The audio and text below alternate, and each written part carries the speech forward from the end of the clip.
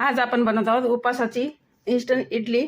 तर इथे मी थोडासा साबुदाणा 1 चमचा भर आणि वरई अशी भिजत ठेवलेली होती अर्धा तास।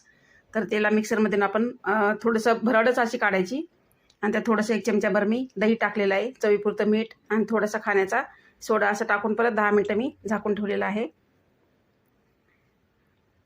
आणि आपल्याला चटणी पण उपवासाचीच बनवायची। जर तुम्ही कढीपत्ता किंवा कोथिंबीर काही खात असताल तर ते टाकलं तरी चालतंय, पण आम्ही नाही खात त्याच्यामुळे मी नाही टाकलेलं आहे। फक्त मिरची आणि शेंगदाणे घेतलेले आहेत।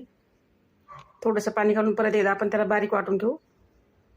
आणि ते इडली पात्राला आपण थोडंसं तूप लावून घेऊ आणि त्यानंतर आपलं जे बॅटर आहे ते बॅटर आपण त्याच्यात टाकून घेऊ। खूप छान आणि एकदम मस्त सॉफ्ट अशी आपली इडली तयार होती।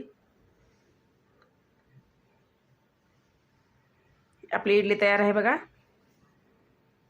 तर उपवासाला साबुदाणा खिचडी हे असं जास्त खाऊ वाटत नाही, तर नवीन काहीतरी आणि तेल पण जास्त नाही लागत त्याला, त्याच्यामुळे एकदम छान लागते इडली। तर नक्की ट्राय करा आणि मला कमेंट करा। इडली आवडली असेल तर तुमच्या मित्रमैत्रिणींना नक्की शेअर करा आणि लाईक करायला विसरू नका।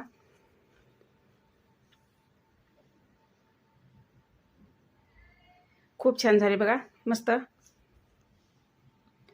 Bye bye.